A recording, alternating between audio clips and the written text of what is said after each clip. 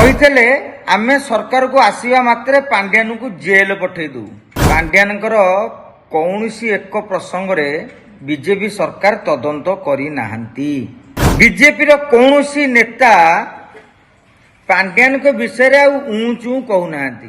ବିଜେଡିରେ ଆଜ୍ଞା ଏବେ ଗୋଟିଏ ଚର୍ଚ୍ଚା, ପାଣ୍ଡିଆନ ଗଲେ ବିଜେଡି ଲାଭବାନ ହବ ନା ପାଣ୍ଡିଆନ ରହିଲେ ବିଜେଡି ଲାଭବାନ ହେବ।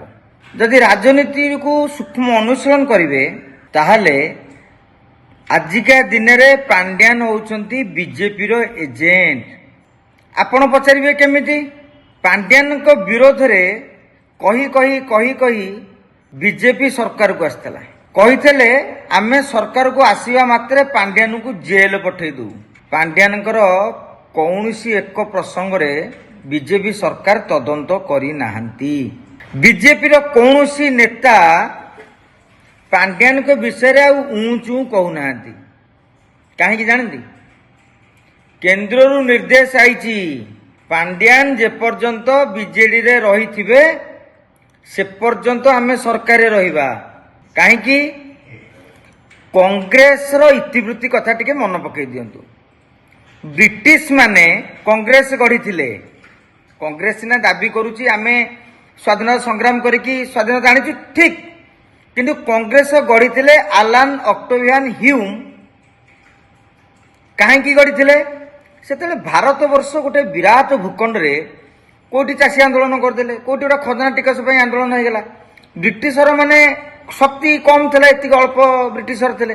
ସେମାନେ କହିଲେ ଦେଶଟାକୁ କଣ୍ଟ୍ରୋଲ କରିବୁ କେମିତି।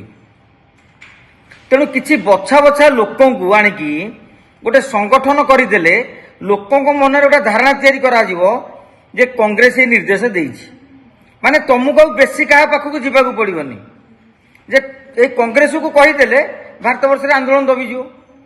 ବରଂ ପରବର୍ତ୍ତୀ ସମୟରେ ଅବଶ୍ୟ କଂଗ୍ରେସର এই ନୀତିଟା, এই ଯେଉଁ ବ୍ରିଟିଶର ନୀତିଟା ବୁମେରଙ୍ଗ ହେଲା, କଂଗ୍ରେସ ଜାତୀୟତା ବୋଧରେ ଉଦ୍ବୋଧିତ ହେଲା ଏବଂ ସ୍ୱାଧୀନତା ଆସିଲା। ଏବେ ଆସିବାରେ ଏଇଠୁ ବୁଝିପାରନ୍ତୁ, ପାଣ୍ଡିଆନକୁ ଯଦି ଧରିଦବ ତାହେଲେ ବିଜେଡିର ଅନ୍ୟମାନଙ୍କୁ ଧରିବା ଦରକାର ନାହିଁ।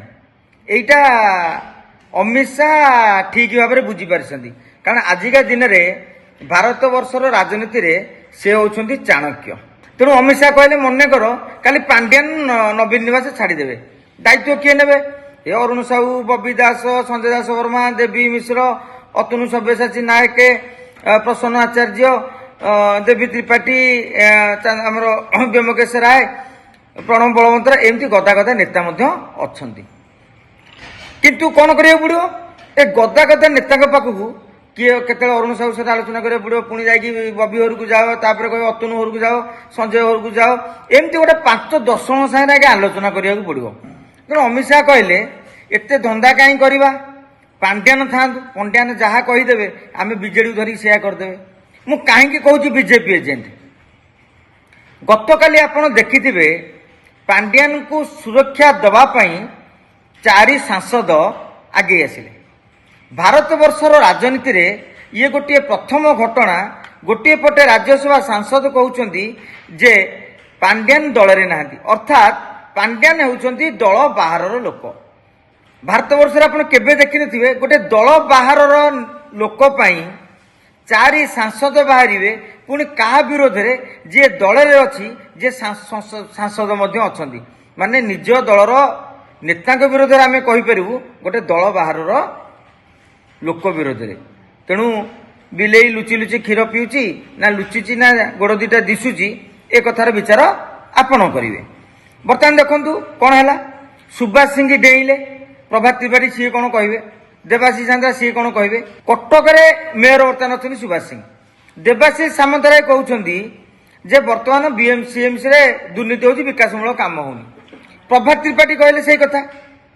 ଯେତେବେଳେ ବିଜେଡିର ନେତା একথা আক্ষেপ করে কৌন মেয়রକୁ সেটা বিকাশ হউনি, দুর্নীতি হচ্ছে, বিজেপি গোটা মৌকা কিଏ দেলা? এই পাଣ୍ଡିଆନ সপক্ষবাদী গোষ্ঠী।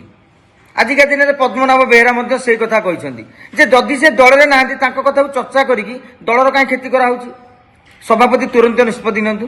ଆଜ୍ଞା ଖେଳ ହେଉଛି ପାଣ୍ଡିଆନ ବିଜେପି ଏଜେଣ୍ଟ କେମିତି ସାଜିଛନ୍ତି। କାଲି ଦେବାଶିଷ ସାନ୍ଧ୍ରା ରାଗରେ ବିଜେପି କାହିଁକି ନ ଯିବେ?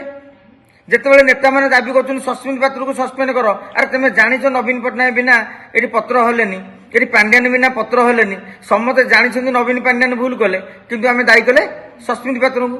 କାଲି ସେ କାହିଁ ବିଜେପି ଯିବେନି? ଏମିତି ଧୀରେ ଧୀରେ ଧୀରେ ଧୀରେ ଓଡ଼ିଶା ଭିତରେ ପାଣ୍ଡିଆନ ସପକ୍ଷବାଦୀ ଓ ପାଣ୍ଡିଆନ ବିପକ୍ଷବାଦୀ ଆପଣ ଦେଖିବେ ଫେସବୁକ୍ରେ ମଧ୍ୟ ସେଇଭଳି ଭାବରେ ନ୍ୟାରେଟିଭ୍ ସୃଷ୍ଟି ହେଇସାରିଲାଣି। ଅର୍ଥାତ୍ କାଲି ବିଜେଡି ଭିତରେ ଆପଣ ଦେଖିବେ ଖୋଲା ଖୋଲି ଭାବରେ ଗୋହି ଖୋଳାଖୋଳି ହେବେ। ଇଏ ତାକୁ ସିଏ ଖାଇଛି, ସିଏ ଇୟା ଖାଇଛି, ସିଏ ଅମ ଖାଇଛି, ଏବେ ଲେଖୁଛନ୍ତି କିଏ ଡାନି ଖାଇଛି, ଏୟା ବବି ଖାଇଛି, ଏୟା ଅରୁଣ ଖାଉଛି, ଏୟା ଏଇ ବିଷୟରେ ସବୁ ଚର୍ଚ୍ଚା ଆରମ୍ଭ ହେଇଗଲାଣି। ଯାହାଫଳରେ କ'ଣ ହବ? ବିଜେଡି କ୍ଷତିଗ୍ରସ୍ତ ହବ। ଏଇ ନାଟର ଗୋବର୍ଦ୍ଧନ କିଏ? ମାନସ ପୁତ୍ର। ଏଟା ଆମେ କହୁନୁ ଭକ୍ତ ଦାସଙ୍କର ମାନସ ପୁତ୍ର। ତେଣୁ ଗାଇମୋଟ ଯଦି ଆପଣ ସ୍ଥିତିଟାକୁ ଅନୁଶୀଳନ କରିବେ, ପାଣ୍ଡିଆନକୁ ବିଜେପି ଏଜେଣ୍ଟ କହିଲେ ଭୁଲ ହେବ ନାହିଁ। ଏବଂ ବିଜେପି ଚାହୁଁଛି ପାଣ୍ଡିଆନ ନବୀନ ନିବାସରେ ସେମିତି ମଜବୁତ ଭାବରେ ଥାଆନ୍ତୁ, ଯାହାଫଳରେ ଆଗାମୀ ଦିନରେ ଓଡ଼ିଆ ଅସ୍ମିତାର କଥା କହିପାରିବା ଏବଂ ପାଣ୍ଡିଆନ ବିରୋଧୀ ଓ ପାଣ୍ଡିଆନ ସପକ୍ଷବାଦୀ ଗୋଷ୍ଠୀ ଯେଉଁ ବିଜେଡିରେ ବର୍ତ୍ତମାନ ଫାଟ ଆରମ୍ଭ ହୋଇଯାଇଛି ସେଇଟା ବି କାଏମ ରହିବ। କାଲି ଯଦି ପାଣ୍ଡିଆନ ଶକ୍ତିଶାଳୀ ହେଲେ ଟିକେଟ ବାଣ୍ଟିଲା ବେଳେ ସେମାନେ ପାଣ୍ଡିଆନ ବିରୋଧୀ ଲୋକଙ୍କୁ ଟିକେଟ ଦେବେନି, ତେଣୁ ସେମାନେ ବାଧ୍ୟରେ ବିଜେପିକି ଯିବେ। ତେଣୁ ବିଜେପି ବର୍ତ୍ତମାନ ଗୋଟିଏ ବିଜେପି ନେତା ବଜା ଧରିକି ନବୀନ ନିବାସ ଶଙ୍ଖ ଭବନରେ ଯୋଉ ଗଳିଆ ହେଇଛି ବସେଇ ଦେଇକି ଆସିଛନ୍ତି ଯେ ଯେମିତି ହେଲେ ମାଛ ପଡିବା ଥୟ।